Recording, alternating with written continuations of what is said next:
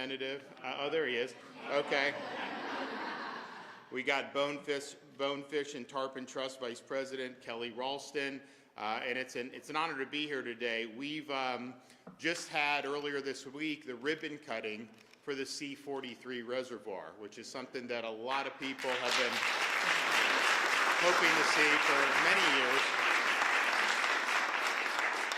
And when I was there with the ribbon cutting, I made the remarks that there were a lot of folks in Southwest Florida in 2018 who were seeing the damage that was inflicted from some of the discharges that were done by the U.S. Army Corps from Lake Okeechobee into the Caloosahatchee and out onto the coast. And I think it exacerbated red tide. I think it had a lot of problems. And so you had a really difficult rainy season, difficult summer financially, tourism, but then also just people's quality of life, being able to do what they wanted to do. And so we knew, and when I took office the next year, this was during the first Trump administration, we did work with the Army Corps at the President's direction, and they managed the lake, I think, in a more balanced way that mitigated just with that, which was important, and I want to thank them for doing that. But we knew we had to improve the infrastructure so that issue would go away. And so the C-43 reservoir is a 10,000-acre, 55 billion-gallon storage site that's going to protect the Caloosahatchee estuary from harmful discharges. Will also provide strategic water flow to support Southwest Florida's environment and economy. And during the dry season, a lot of times they want water to be released, clean water, but they do want water to be released. And so this will be able to fit that bill very good. So this C-43 project is fully operational. It's got a state-of-the-art pump station capable of moving 650,000 gallons of water per minute. A testament to what we can achieve when Florida takes the lead.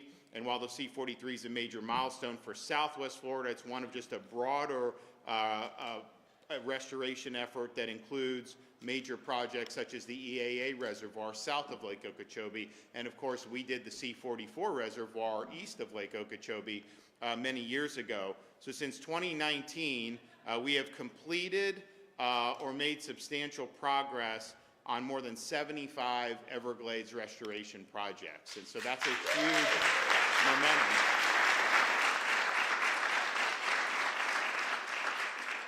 A lot of what we've done, like the Old Tamiami Trail roadbed removal project, which we did 6 months ahead of schedule, and some of the other major things that we've done has been designed to increase the water flow from Lake Okeechobee down through the Florida Everglades to Florida Bay. That's initially how Florida's plumbing worked, and then man intervened and did things that basically clogged that. And so you can see, like this is just the average over the last 3 years compared to where we were. That's basically the hydrology. The blue stuff is the water flow. So look where we were, from the beginning of the century, 20 years, and look what we've done the last 3 or 4 years. That's massive hydration flows. And so you see that, and that's something that's very, very important. If you look at what all these projects have done since 2019, the investments that we've made at the state level have reduced harmful nutrients in South Florida's waterways by 727,000 pounds per year of nitrogen and almost 500,000 pounds per year of phosphorus. So these projects and other investments have brought our cumulative annual nutrient removal efforts in the state of Florida to over 1.8 million pounds of nitrogen and almost 775,000 pounds of phosphorus removed each and every year. We've also made major progress on the Everglades Agricultural Area Reservoir by completing the state-funded stormwater treatment area to clean the water from the EA reservoir before it heads into Everglades National Park, and that's part of what's allowed us to move water south as well.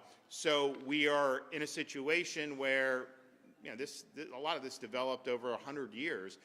When you had major hurricanes in the 1920s, including the 1928 Okeechobee hurricane, killed a lot of people, and there was a lot of flooding, and so they built the Herbert Hoover Dike to be able to mitigate that threat.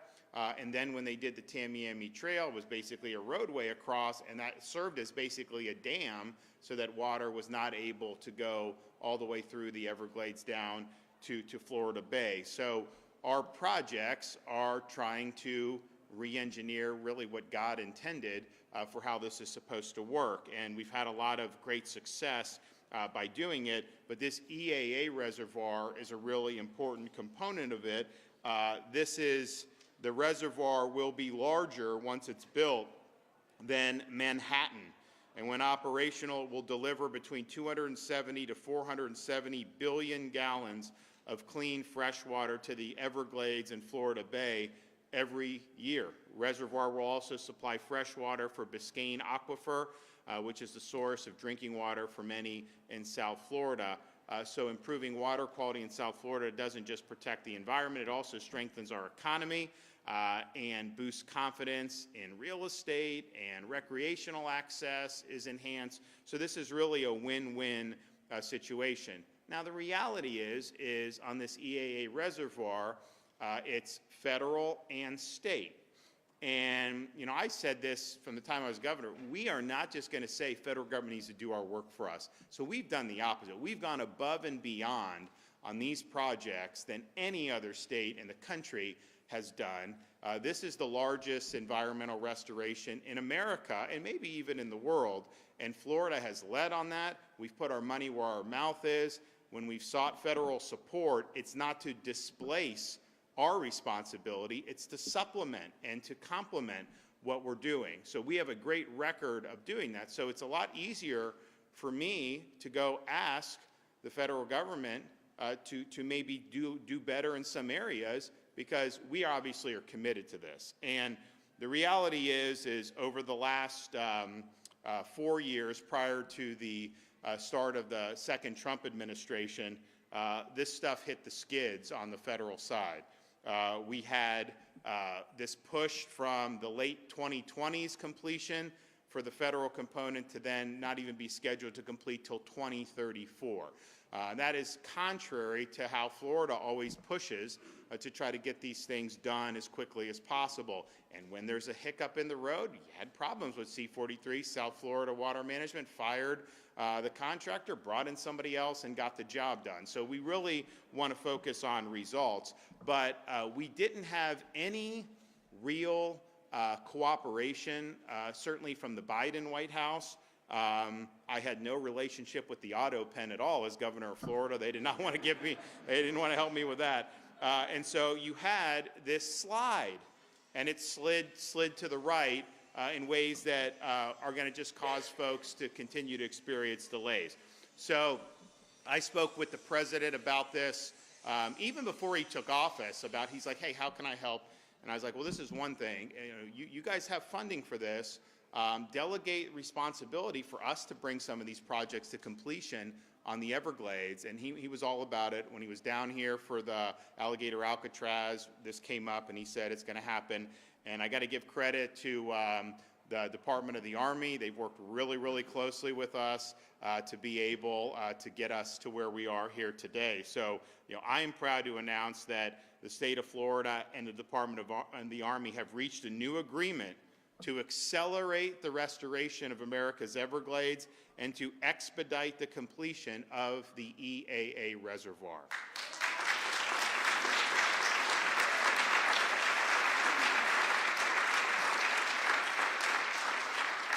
So what this means is that there'll be projects in the EAA that will be completed by the state of Florida on behalf of the Army Corps. It will be using the allocated federal funds, and it will allow us to accelerate the commitment and the investment in the project to ensure that we're not waiting till 2034, that actually we're going to get it done 5 years earlier in 2029. And so that is a big, big difference in terms of what we're doing. And the good thing is this project is authorized, it's funded, it's under construction. The Corps is obviously doing some parts of it. There are certain things that haven't started yet that we're going to be able to come in and really drive on that. This is not something that I think a lot of people thought was possible 10 years ago. There seemed like a lot of this stuff was running in place. There wasn't a lot of momentum behind a lot of these projects, and now here we are. So this new agreement, the Army Corps will agree to accelerate necessary federal funding and expedite the construction completion from 2034 to 2029. We are now, as the state, granted authority to construct the inflow and outflow pump stations and other auxiliary features of the EAA reservoir, allowing the Army Corps to fully focus on the main reservoir basin. The agreement also allows Florida to provide support to the ongoing construction of the main basin and step in if those vendors don't get the job done. Florida will also take the construction of the Blue Shanty Flowway, which will fully carry new clean water south from the reservoir, across obstacles like the Tamiami Trail and all the way to Florida Bay. The Army Corps will expedite permits, removing red tape, and authorizing Florida to manage future CERP projects on their behalf. And so in just a few minutes, I will be joined by Assistant Secretary Forsgren to sign a memorandum of agreement expanding and advancing the restoration of America's Everglades. And once we sign that, it will be official. So this is a really, really big deal. I mean, we've had so many people throughout this state that have worked hard on this. The progress and the results have been fantastic, particularly with state leadership on these things. But, you know, we have a great partner with the Trump administration and the Department of the Army, where we're working together and we're maximizing the resources and the abilities that each of us bring to the table. So I'm really, really excited about this. I think that people are going to be very pleased to see the accelerated progress. You know, I know our guys are ready to go. I think we're going to start bidding out those projects for the pump stations really almost as soon as the ink is dry. We're going to get that moving and go forward because that's what we expect and that's what we want to do. And the proof's in the pudding. I mean, if you look at the salinity levels in Florida Bay today, and you compare those to what they were 6 or 7 years ago, there's been a market improvement and a big improvement there, and there have been improvements in many of the other areas as well. So this is a massive effort. This is something that people have been working on for a long time. There have been a lot of folks that have been involved in completing all the projects we've completed: South Florida Water Management District, Florida Department of Environmental Protection, Army Corps, all these folks that have been involved. We've also gotten great support from the Florida legislature. When I first became governor, we said, hey, we want to get moving on this. We want to move quickly. And a lot of people said what I was proposing was unrealistic. But we ended up getting more funding than what I had called for that people said were unrealistic. And that's been continued every year. So we've now done about $8 billion of just state funds for Everglades restoration and water quality improvements in the state of Florida. That's a huge, huge increase in commitment to what had been done previously. So thanks to everybody that's been involved in that. I'm excited about the signing of today's agreement. Before we do that, though, we're going to hear from the Assistant Secretary, we're going to hear from our Secretary of DEP, then we're going to hear from Anna Upton from the Everglades Trust. So, Assistant Secretary, come on up. Thank you.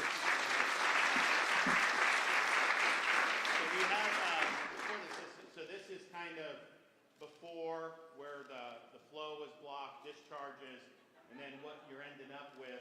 So we have the reservoirs done there on east and west. This is EAA. We have raised Tamiami Trail. We got more to do.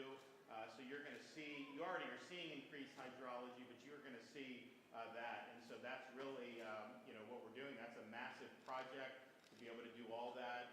But that's the vision.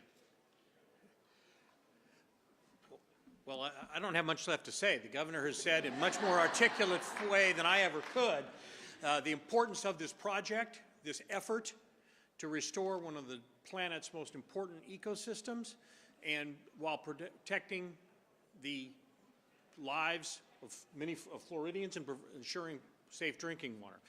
We've had a 25-year partnership with the state of Florida, and the Department of the Army feels very comfortable that the state of Florida is, we would call it, a model partner We don't have those in all of our projects or all of our systems.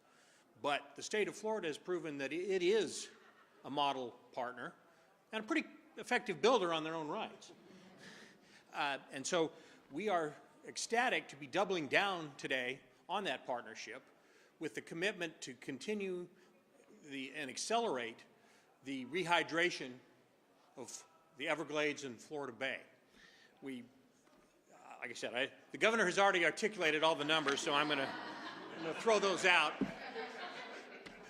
But I will say, we are firmly, the president has said to the governors directly, and the commitment to the Everglades restoration effort, as demonstrated by the president's budget in FY26, which has had the Everglades ecosystem as by far the largest construction element in the Army Corps budget. And the president has demonstrated, and I have heard personally that commitment, and we are full-blown looking forward to working with the state of Florida, with the South Florida Water Management District, to accelerate the overall effort, but in particular with a focus on the EAA reservoir, and we are firmly committed to trying to find ways that we finish this project construction by 2029. And with that, I cannot wait to sign the agreement.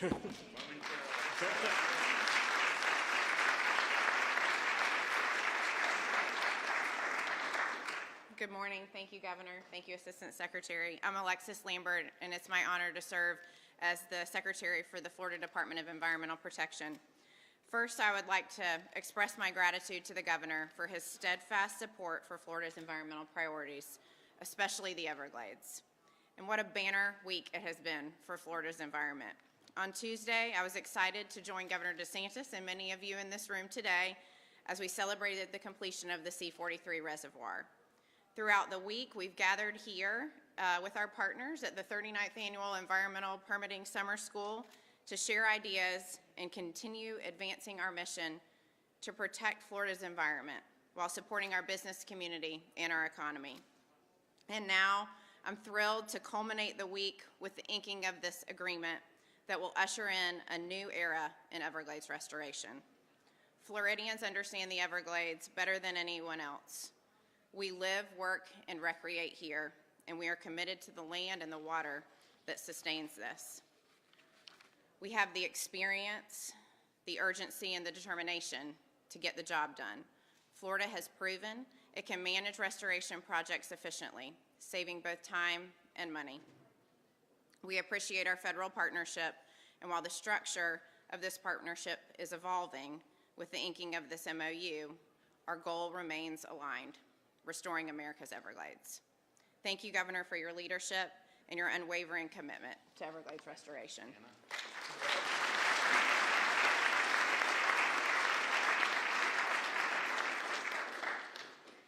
Good morning. I'm Anna Upton. I'm the CEO of the Everglades Trust.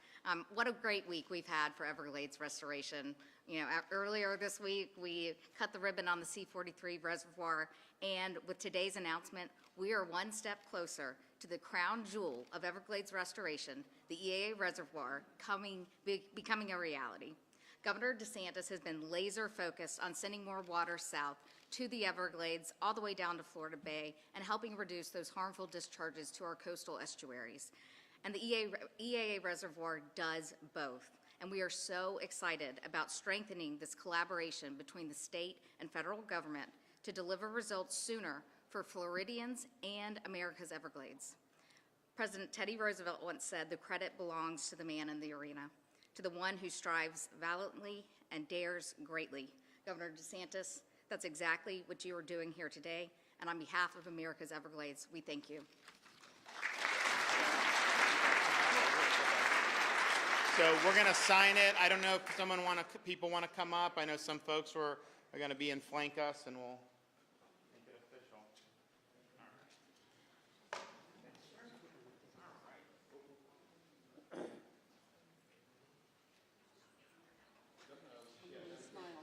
All right, we got everyone up here?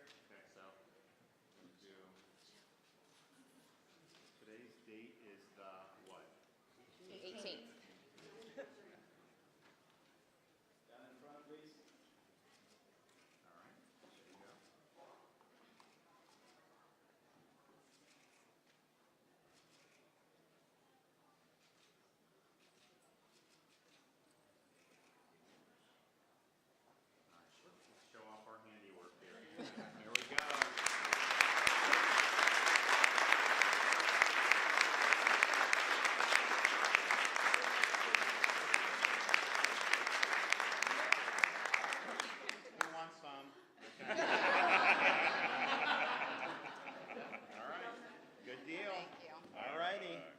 Well, thanks everybody. I think this is a really big deal. This is something that we've had vision for many, many years, and I want to thank the president for authorizing this and telling everyone to get it done.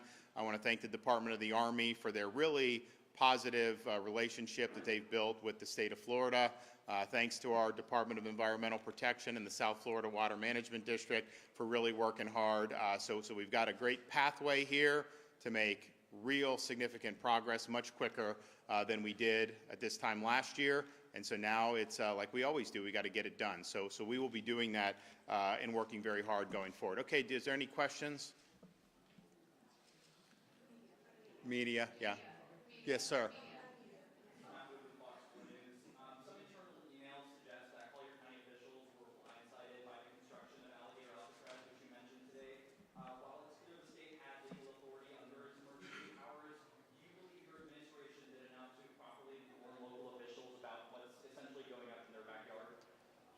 My administration had a job to do, and they did it. And they didn't twiddle their thumbs. They didn't sit on their hands.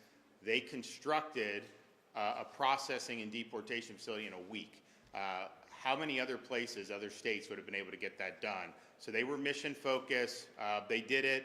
I think that they didn't want to be in a situation where they were delaying. They wanted to get the job done, and the job is getting done. And so you've already now had folks that are processing. You've had folks that have been deported from that place, and I anticipate as we get into next week, I think you're going to see that pace increase. So it's going to prove to be a value-added and effective tool. You got folks that are here illegally, and we need to make sure that we're enforcing the law. So that's a huge benefit and a huge way to help the Trump administration's efforts in that regard, and our guys did a very good job of standing it up and standing it up very quickly. Yes, sir. Hold on, Wake News. What metrics is the state going to be measuring potential and future damages to the water quality in the Everglades, if there is any, and how will the state know when they are damaging, if they are damaging any of the water quality? What would the response be? Well, I don't think the EA reservoir is going to damage the water. I think it's going to improve the water flow.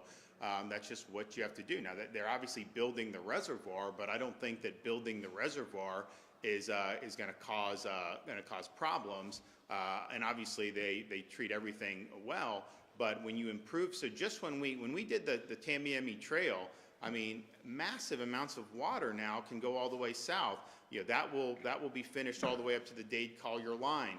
Then when you have these pump stations, you'll have a pump station for inflow, pump station for outflow. The reservoir completed, it's going to be able to store a lot of water. You're going to be able to clean it. You're going to be able to send it south. So yeah, there's not going to be any damage. I think what we look at is this flow that I showed you. That is how the Everglades used to function prior to. I mean, it's just like, you've heard the song Seminole Wind.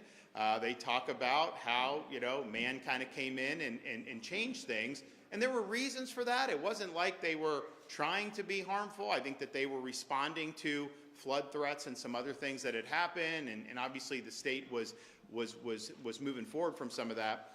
But the reality is when you're restoring that flow, that's going to be very positive. And not only will they clean water and send it, but the Everglades is a natural filtration system as well. So by the time it gets to Florida Bay, that's part of the reason the salinity has gotten better. It's been really good. The C-43 reservoir, I know a lot of people in Southwest Florida have been waiting for that. If we had that in place in 2018, you would have obviated a lot of the damage that was done with those discharges, no question. You probably wouldn't have had any discharges in 2018 had that project been completed back then. So now you're in a much better spot. And we used to, when I first became governor, it's like we're like watching Lake Okeechobee, and we don't control it. The Army Corps, once it gets to a certain height, their mission is don't let it flood the surrounding area. So once it gets to a certain height, they're going to discharge the water because that's what they're charged to do. So we're like watching it, like, how do you do? And then now that you have the infrastructure in, a lot less worry about discharges because those water will be put in the reservoir. You'll be able to clean it. It'll be able to go. and everyone will be happy. So it's a major thing.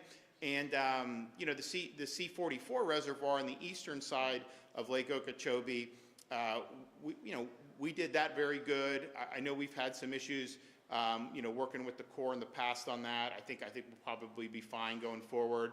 C43 is great. I mean, it's massive. For those of you who are out there, I mean, it's amazing. I mean, I think they said you could fit like 10 of our universities in that reservoir.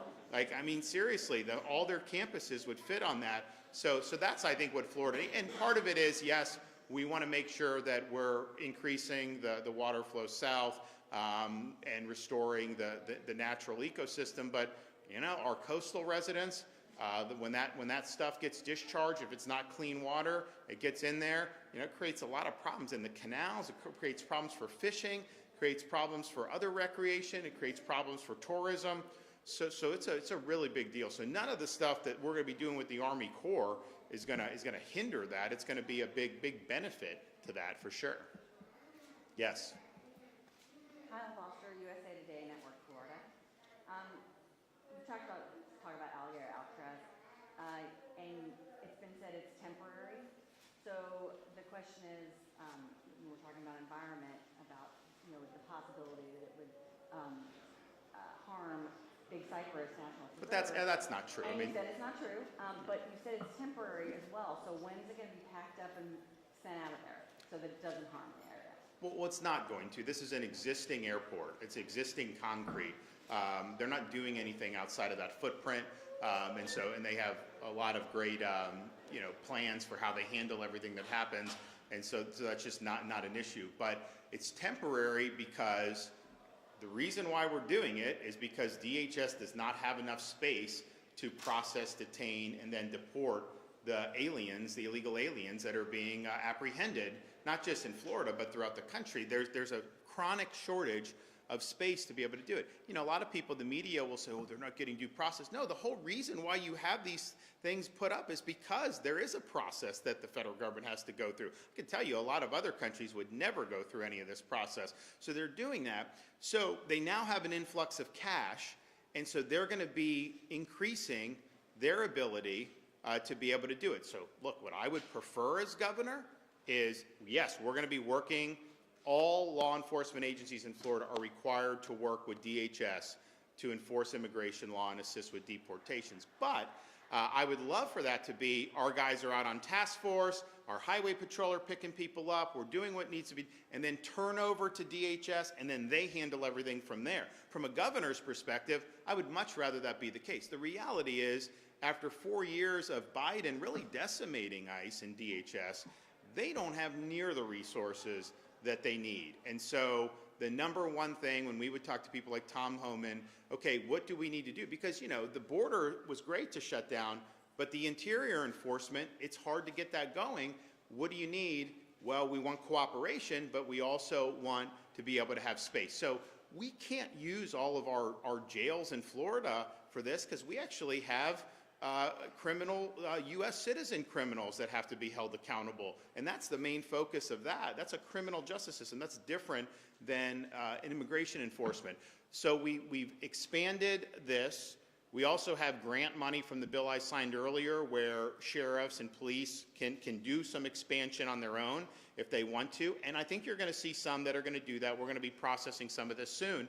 But the reality is, if DHS had the money a year ago that they have now, they probably would have enough capacity to be able to process the number of people that are being. But, you know, we're doing, just in Florida, you know, you have hundreds of illegal aliens apprehended a day, potentially. You could potentially do even more than that based on what the mission set is. So, but we're on the team. We think the mission needs to be completed. We think it'll be good for Florida if you have legal workforce, if you don't have people that aren't authorized to be here using schools, using healthcare, using some of these things that do put a stress on the state. So I think it's going to be good. But yes, if DHS gets to a point where they're able to handle this, then clearly, you know, that's their core responsibility. So we'll do it. But I know they're not ready yet. I hope they'll be ready relatively soon. But that's why we did it, because they do not have the capacity to be able to process these illegal aliens and put them for an easy deportation. One thing I will say about Alligator Alcatraz, because I think, look, the Democratic Party in Florida, such that it exists, it really struggles to get traction on anything because they don't offer anything to people here to make their lives better. And so they think doing this, like trying to say like they're not getting fed or all this stuff, they think that's effective. I mean, people know any media that amplifies that is doing a false narrative. I think people get that.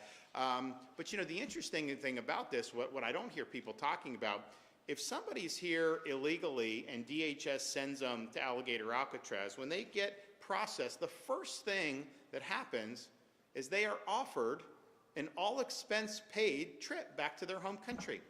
You never have to go to Alligator Alcatraz as an illegal alien. If you take that plane ticket and you go, and DHS is picking up the cost of that. And so I don't hear that being mentioned that's the case. So I think some have availed themselves of that, but more could avail themselves of that. And I'm hoping that they do, just because even though the federal government's picking up the tab for that, it ends up being cheaper than having to run through the process that we have in place. Yes? Hi, good morning, Governor. My name is Alexander Martinez. I'm with PRISM.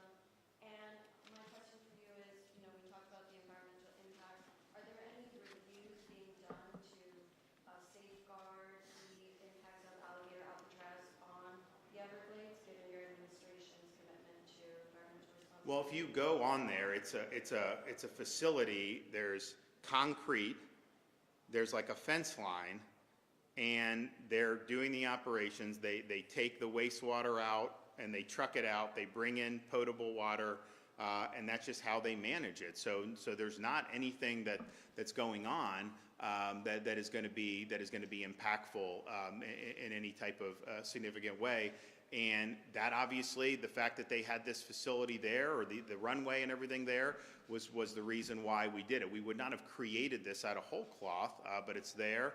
It's a one-stop shop, and you're going to be able to do it. So I think people, just assert things or try to say things that just aren't factually the case. So no, we're not worried about it at all. That was the first thing when this was proposed by, I think it was, initially proposed by DEM, but I think the DHS really liked it.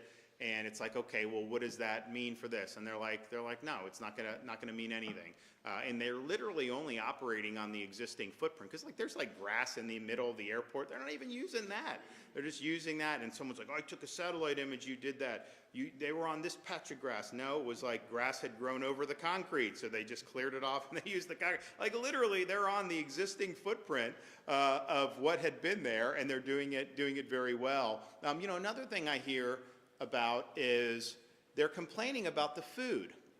Well, first of all, I can tell you, when I was deployed in Iraq, and I bet you every veteran who's been deployed will say, sometimes you're not getting very good food in certain situations. That's just the reality. But on this, the food that the illegal aliens get is the same food that all the workers get who are there. So there's no difference in any of that. And, they're saying all this, and then you see the pictures of Kevin Guthrie taking them on taking the Congress and the state reps on this tour, and you see all these box lunches sitting there. Well, that's not what they were saying. So, a lot of it is just they're really, really struggling to be able to do. But ultimately, what underlies all of that, a lot of corporate media, but certainly the liberal Democrats, they just don't believe that the federal government has a right to send these people home who are here illegally. They believe in an open border. They believe you come illegally, and somehow you have, I don't know if it's squatters' rights where they can't send you, and that doesn't fly anywhere else in the world, and it shouldn't fly here. But that's what's underlying all this. They just object to the border being shut. They object to illegal aliens being removed from the United States. And so they're trying to find pretexts to basically camouflage the fact that they have a very unpopular position. Because I think most people realize you can't be a country and just have no control over your borders, have tens of millions of people coming in outside the confines of the law. And that, I think, is underlying a lot of why people are trying to take issue with the operations. Okay, thanks, everybody. God bless you.